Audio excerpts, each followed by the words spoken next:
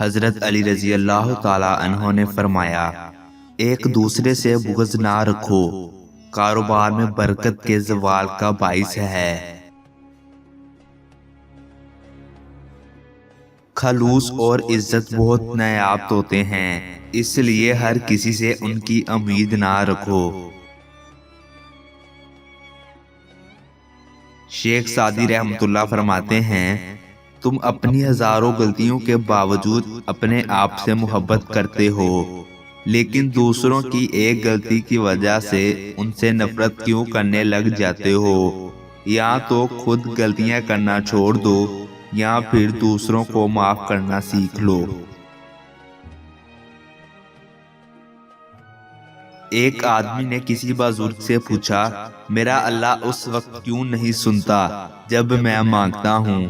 تو بزرگ نے مسکرا کر کہا، وہ تیرے گناہوں کی سزا بھی اس وقت نہیں دیتا جب تم کرتے ہو۔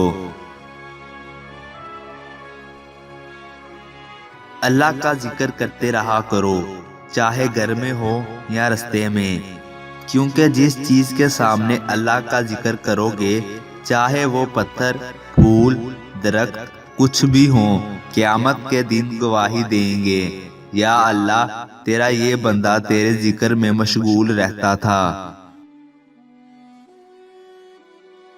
حضرت علی رضی اللہ تعالی عنہ نے فرمایا، جسے تقدیر پر یقین ہوتا ہے وہ اپنے اوپر نازل ہونے والی مصیبتوں سے نہیں گھبراتا۔